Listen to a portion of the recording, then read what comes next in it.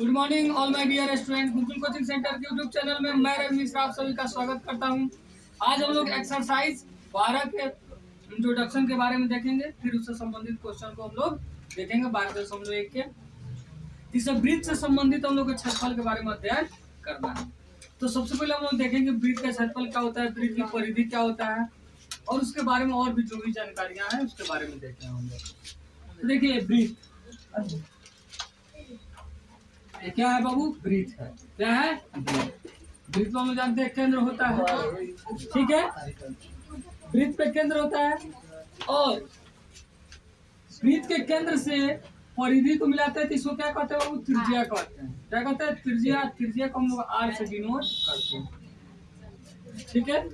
यही त्रिज्या को अगर सीधे हम लोग मिला दे बाबू तो इसको क्या बोलते हैं? दो त्रिज्या को मिला दे तो इसको क्या बोलते हैं? व्यास बोलते हैं। क्या बोलते हैं? व्यास। व्यास जिसको डी से डिनोट किया जाता है, इसीलिए आर आर मिलकर डी बराबर होता है 2r। और त्रिज्या अगर हम लोग को निकालना होता है तो त्रिज्या बराबर होता है d बटा 2, ठीक है। अच्छा, अब देखिए इसमें वृत्त के खंड के बारे में पढ़ना है। वृत्त खंड, देखिए नाम है वृत्त खंड। क्या नाम है बाबू? वृत्त खंड। तो सबसे पहले एक वृत्त बना लिया बाबू।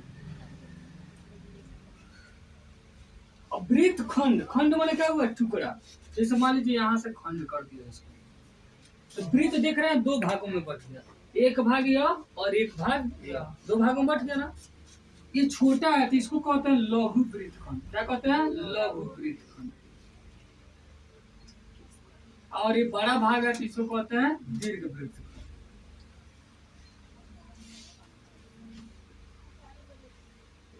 इसको क्या बोलते हैं? दीर्घ वृत्त खंड, ठीक है।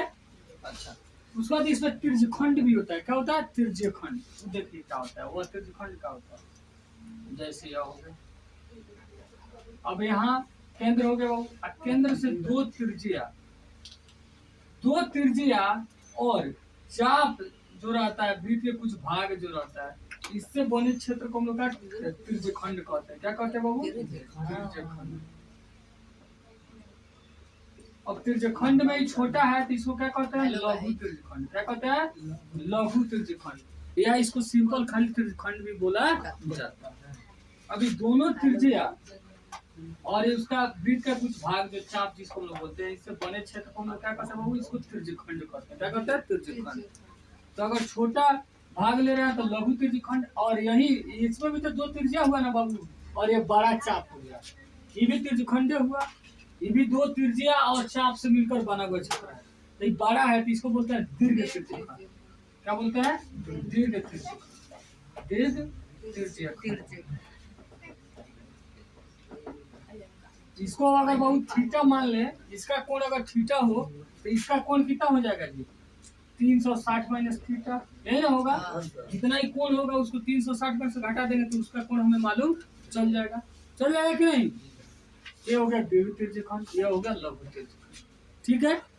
तो क्या देखें कि त्रिज्या हो गया, व्यास हो गया, वृत्तखंड हो गया, वृत्तखंड में ही लघु वृत्तखंड और दीर्घ वृत्तखंड। ये त्रिज्यखंड देखे तो लघु त्रिज्यखंड या दीर्घ त्रिज्यखंड। लेकिन लघु त्रिज्यखंड को ज्यादातर आपको सिर्फ त्रिज्यखंड लिखा हुआ मिलता है। जब तक वो दीर्घ न बोले तब तक हम लोग क्या मान के चलते हैं?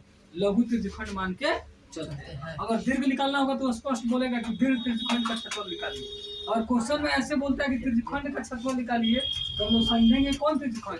लघु त्रिज्यखंड हमेशा, ठीक है। अगर दीर्घ उसको पूछना होगा तो स्पेशल बोल देगा कि दीर्घ त्रिज्यखंड का क्षेत्रफल निकालिए, ठीक है। अब हम लोग वृत्त के बारे में जानते हैं बाबू। तो वृत्त के क्या होता है? इस एरिया को क्या बोलते हैं? परिधि बोलते हैं। मतलब इस सॉरी ये जो घेरा है बाबू, इस घेरा को क्या बोलते हैं? परिधि बोलते हैं। क्या बोलते हैं? परिधि। जिस बिंदु से चले पुनः उसी बिंदु पर पहुंच गए, एक चक्कर लगा दिए तो इसको बोलते हैं परिधि। क्या बोलता है? परिधि, ठीक है। परिधि बोलते हैं। तो वृत्त की परिधि यहाँ तो देख ले बाबू, वृत्त का व्यास, वृत्त का व्यास, वृत्त का व्यास बराबर डी बराबर सूत्र क्या होता है बाबू? 2r। और वृत्त की त्रिज्या, वृत्त की त्रिज्या, वृत्त का त्रिज्या r बराबर क्या हो जाएगा? तो 2 गुना करा, इधर क्या करेगा? भाग, यानी क्या होता है? d/2, ठीक है। अच्छा, वृत्त की परिधि, वृत्त की परिधि, वृत्त की परिधि को c से डिनोट करते हैं बाबू। ठीक है, तो ये होता है 2 पाई आर। क्या होता है? 2 पाई आर। वृत्त का क्षेत्रफल, वृत्त का क्षेत्रफल,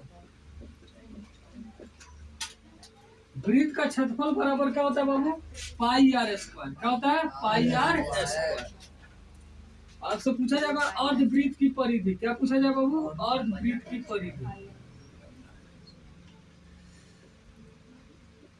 अर्धवृत्त की परिधि, तो अर्धवृत्त की परिधि क्या होगा? आप देखिए बाबू, यह वृत्त हुआ, वृत्त को दो भागों में बांट देते हैं, अर्धवृत्त हो गया, यानी यह हो गया। तो परिधि आप लोग जानते हैं कब पूरा होता है? जिस बिंदु से चलते हैं पुनः उस बिंदु तक हम लोग पहुंच जाते हैं। तो क्या यहाँ तक पहुंच जाएगा तो परिधि हो जाएगा जी? नहीं, पुनः चल कर यहाँ तक आएंगे, फिर इस बिंदु तक पहुंचेंगे, तब परिधि हुआ, तब एक चक्कर पूरा हुआ। तो यह तो 2 पाई आर वृत्त का होता है, तो आधा हो गया पाई आर, और ये प्लस क्या हो गया? डी। तो अर्धवृत्त की परिधि का सूत्र क्या हो जाता है? Pi R plus D. क्या होता है? Pi R plus D. ठीक है, व्यास, या इसको हम लिख सकते हैं pi R plus 2 R, pi R plus 2 R, क्योंकि क्या होता है? डी बराबर क्या होता है? डी बराबर क्या होता है? 2 आर होता है। तो पाई आर प्लस, सॉरी आर यहाँ पर क्या होगा? पाई आर प्लस 2 आर। यहाँ से क्या करते हैं? आर दोनों जगह ना, तो हम लोग आर कॉमन ले लेते हैं। मैं यहाँ पे इसको क्या लिख सकते हैं? पाई आर प्लस 2 आर लिख सकते हैं। अब यहाँ से हम लोग आर दोनों जगह तो कॉमन भी ले लेते हैं, पाई प्लस 2 भी लिख लेते हैं, आर इंटू पाई प्लस 2। ठीक है, अगर पूछ दिया जाए आपसे अर्धवृत्त का क्षेत्रफल, क्या पूछ दिया जाए? वो अर्धवृत्त का क्षेत्रफल, अर्धवृत्त का क्षेत्रफल। तो अर्धवृत्त का क्षेत्रफल क्या हो जाएगा जी? तो क्षेत्रफल आधा होता है, उसमें कोई दिक्कत नहीं है। तो जितना है पाई आर स्क्वायर बटा 2 हो जाएगा। क्या हो जाएगा? पाई आर स्क्वायर बटा 2, या इसको ऐसे भी लिखा जाता है 1 बटा 2 pi R square. Pi R square बटा 2 बोलिए, चाहे 1 बटा 2 पाई आर स्क्वायर बोलिए। ठीक है, अब देखिए बाबू, ये तो अर्धवृत्त का वृत्त से संबंधित होगा। अब यहाँ पे देखिए क्या बना बाबू? त्रिज्यखंड। तो त्रिज्यखंड भी निकालने का कोई फॉर्मूला होगा? या त्रिज्यखंडे से बाबू देखिए क्या बनता है? त्रिज्यखंडे को जब यहाँ मिलाते हैं ना, तो यह क्या बनता है? यहाँ पे वृत्तखंड बनता है। तो पहले हम लोग किसका समझेंगे कि त्रिज्यखंड का क्षेत्रफल कैसे निकालेंगे, और तब उससे समझेंगे कि तब वृत्तखंड का क्षेत्रफल हम लोग कैसे निकालेंगे। ठीक है, तो त्रिज्यखंड का क्षेत्रफल क्या होता है बाबू? त्रिज्यखंड बोले ना कि लघु त्रिज्यखंड को हम लोग सिर्फ त्रिज्यखंड लिखते हैं, तो आपसे बोले त्रिज्यखंड का क्षेत्रफल, त्रिज्यखंड का क्षेत्रफल। तो त्रिज्यखंड का क्षेत्रफल का फॉर्मूला होता है बाबू थीटा बटा 360 पाई आर स्क्वायर। थीटा बटा 360 पाई आर स्क्वायर। थीटा माने कोण, और कोण 360 का कितना है वो? अब पूरा वृत्त का क्षेत्रफल कितना होता है? पाई आर स्क्वायर, उससे गुना कर देंगे तो त्रिज्यखंड का क्षेत्रफल में क्या हो जाएगा? ज्ञात हो जाएगा कि वृत्त का कौन सा हिस्सा लिया जा रहा है, कितना लिया जा रहा है। त्रिज्यखंड क्या है? वृत्त का पूरा एक हिस्सा है। कितना हिस्सा है? तो जितना इसका कोण है, और कोण किसके हिसाब से निकाला जा रहा था? टोटल 360 का, तो भागा कितना हो जाता है? 360।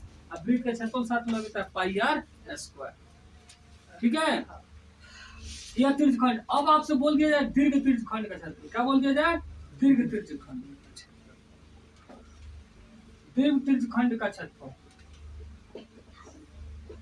तो दीर्घ त्रिज्यखंड का थीटा का जवाब पे क्या हो गया? Theta 360 minus theta.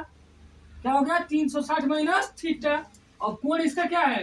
360 minus theta, अब बटा 360, इंटू क्या हो जाएगा? पाई आर स्क्वायर। क्योंकि ये कोण अगर थीटा है तो इसका कोण कितना हो जाएगा? तो 360 माइनस थीटा, अब बटा 360 पाई आर स्क्वायर।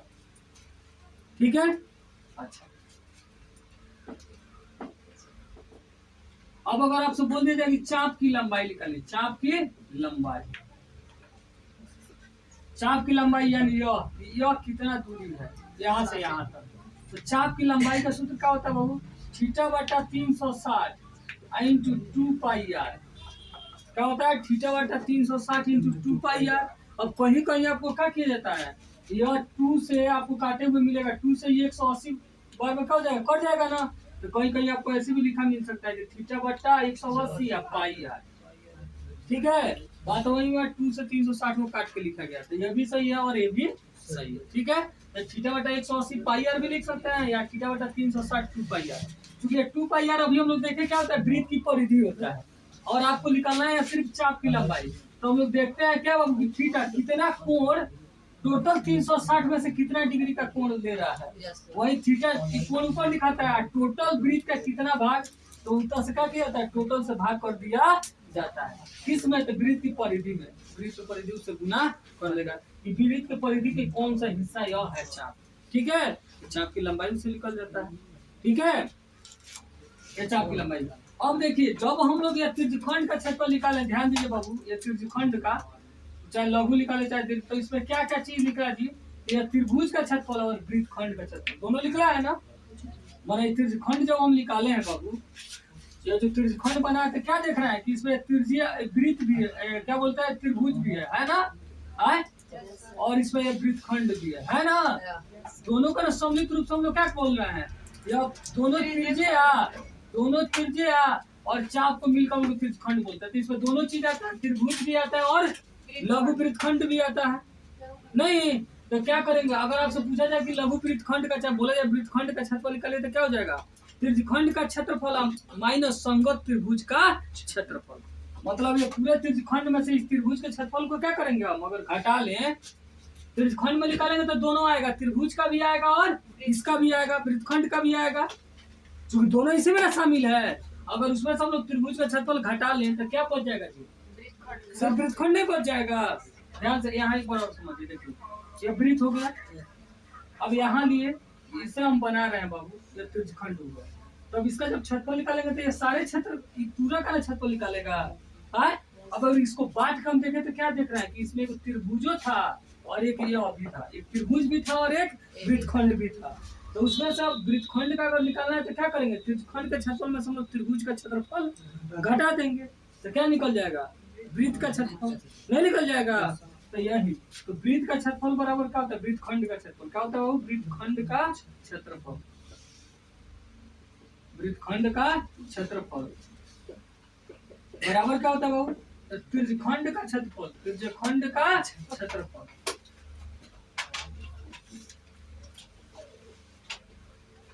माइनस संगत त्रिभुज का क्षेत्रफल, संगत त्रिभुज का क्षेत्रफल।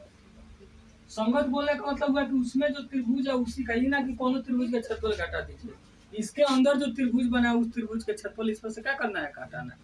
अब अगर आपको लघु वृत्तखंड निकालना है तो लघु त्रिज्यखंड में से घटाएंगे, अगर दीर्घ त्रिज्यखंड निकालना है, दीर्घ वृत्तखंड निकालना है तो दीर्घ त्रिज्यखंड में से घटाएंगे। लघु वृत्तखंड निकालना है तो लघु त्रिज्यखंड के क्षेत्रफल में से संगत त्रिभुज के क्षेत्रफल घटाएंगे। अगर आपको दीर्घ वृत्तखंड निकालना है तो दीर्घ त्रिज्यखंड में से संगत त्रिभुज का क्षेत्रफल घटाएंगे। ठीक है, तो सीधे अगर लघु वृत्तखंड का हम लोग क्षेत्रफल लिखे तो उसका फॉर्मूला क्या होता है बाबू, लघु वृत्तखंड का क्षेत्रफल, लघु वृत्तखंड का क्षेत्रफल, लघु वृत्तखंड का अगर क्षेत्रफल हम लोग सीधे लिखे तो क्या लिखा गया, त्रिज्यखंड का क्षेत्रफल माइनस संगत त्रिभुज का क्षेत्रफल। तो त्रिज्यखंड का क्षेत्रफल का लघु का क्या होता है, थीटा बटा 360 पाई आर स्क्वायर, थीटा बटा 360 पाई आर स्क्वायर माइनस संगत त्रिभुज का क्षेत्रफल। तीसरे बाबू त्रिभुज का जो क्षेत्रफल निकालने का सूत्र होता है, ये होता है 1/2 आर स्क्वायर साइन थीटा। क्या होता है, 1/2 आर स्क्वायर साइन थीटा।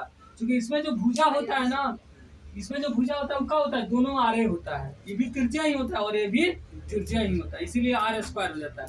और साइन थीटा माने इस टोटल वृत्त का कितना डिग्री है, कोण का मान साइन के साथ लिख देते हैं। इससे अगर आपको अब क्वेश्चन में जैसे बाबू लघु वृत्त त्रिज्यखंड को सिर्फ त्रिज्यखंड करके पूछता है, वैसा ही बहुत जगह अगर वृत्तखंड का क्षेत्रफल सिर्फ बोले तो हम क्या समझेंगे, लघु वृत्तखंड का।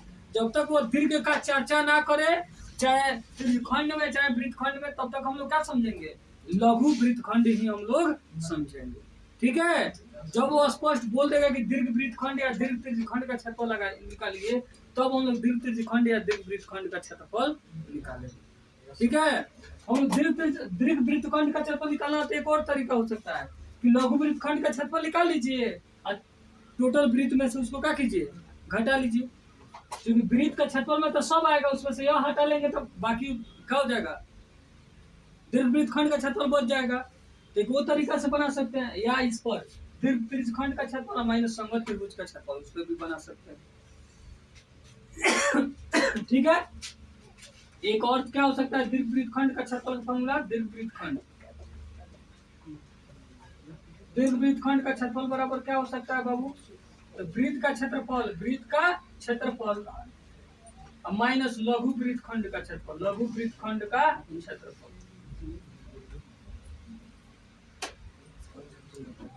ऐसे भी क्या किया जा सकता है बाबू, निकाला जा सकता है। ठीक है, तो यह सब हम लोग क्या किए बाबू, अभी इंट्रोडक्शन को देखें कि इसमें कौन कौन फार्मूला का प्रयोग करेंगे, कहाँ पे कैसे क्या करेंगे, अब इससे संबंधित हम लोग क्वेश्चन को देखेंगे। चलिए बाबू, तो देखते हैं क्वेश्चन नंबर 1। क्वेश्चन नंबर 1 क्या है बाबू, एक्सरसाइज 12.1 के क्वेश्चन नंबर 1 है बाबू, दो वृत्तों की त्रिज्याएं, दो वृत्तों की त्रिज्याएं 19 सेंटीमीटर और 9 सेंटीमीटर है। दो वृत्त है जिसमें एक वृत्त की त्रिज्या 19 सेंटीमीटर, एक वृत्त की त्रिज्या 9 सेंटीमीटर। उस वृत्त की त्रिज्या ज्ञात कीजिए जिसकी परिधि इन दोनों वृत्त की परिधि के योग के बराबर हो। अब देखिए बाबू, एक वृत्त है,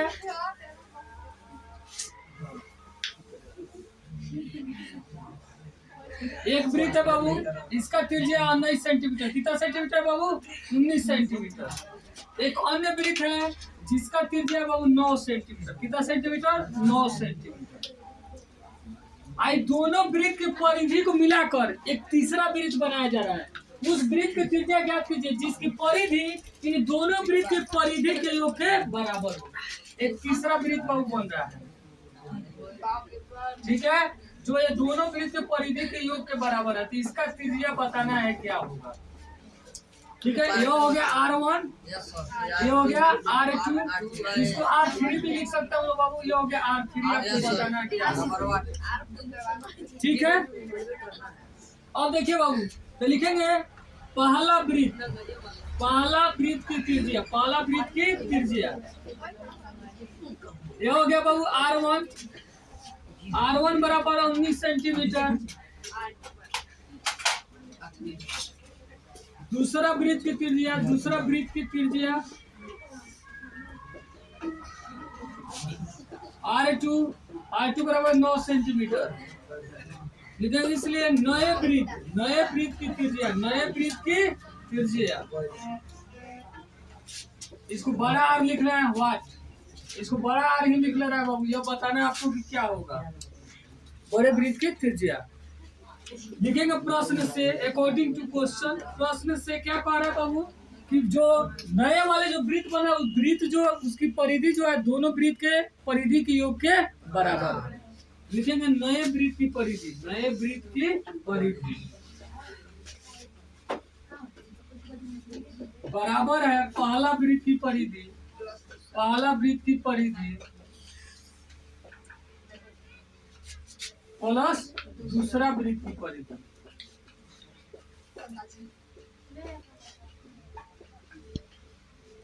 ठीक है बाबू, तो नए वृत्त की परिधि क्या है बाबू, तब 2 पाई और बड़ा आर, नहीं नए वृत्त की त्रिज्या क्या माने हैं, बड़ा आर माने हैं।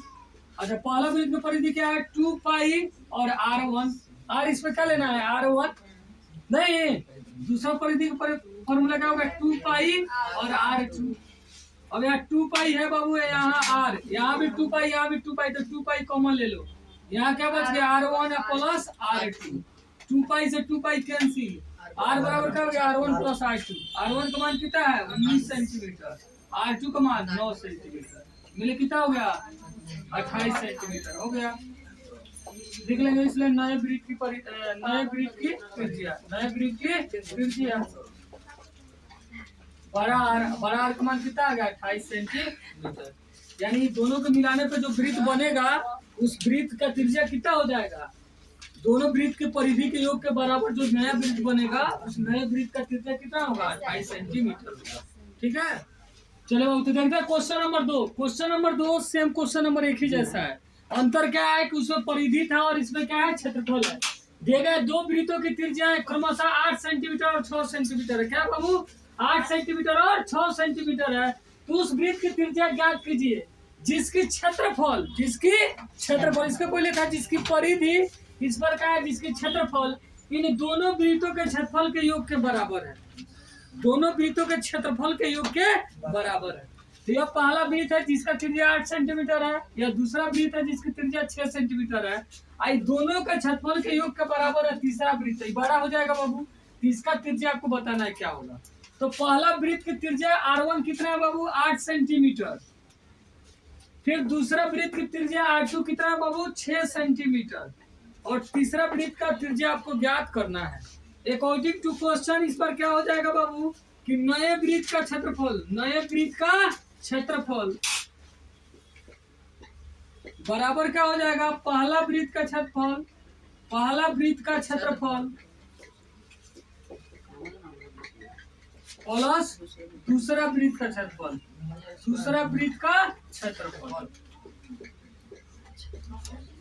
तो पहला वृत्त का क्षेत्रफल का क्या हो जाएगा जी फॉर्मूला, तो पाई आर, यहाँ आर बड़ा हो जाएगा बड़ा आर का स्क्वायर, और बराबर में क्या होगा पाई R1 का स्क्वायर प्लस पाई R2 का स्क्वायर। या पहला वृत्त है तो R1 का स्क्वायर और दूसरा वृत्त है तो R2 का स्क्वायर। अब पाई R का स्क्वायर बराबर पाई कॉमन ले लेंगे दोनों जगह, तो R1 का स्क्वायर प्लस का हो जाएगा बाबू R2 का स्क्वायर। पाई से पाई कट गया है। अब बाबू स्क्वायर R बराबर क्या हो जाएगा, तो स्क्वायर इधर आके क्या हो जाएगा रूट अंडर R1 का स्क्वायर प्लस R2 का स्क्वायर। अब हम मान रख देंगे बाबू R बराबर R1 का मान कितना है बाबू, R1 का मान कितना है 8 सेंटीमीटर का स्क्वायर प्लस R2 का मान कितना है 6 सेंटीमीटर, तो 6 सेंटीमीटर का स्क्वायर। अब बाबू 8 का स्क्वायर 64 सेंटीमीटर स्क्वायर और 6 का स्क्वायर 36 सेंटीमीटर स्क्वायर।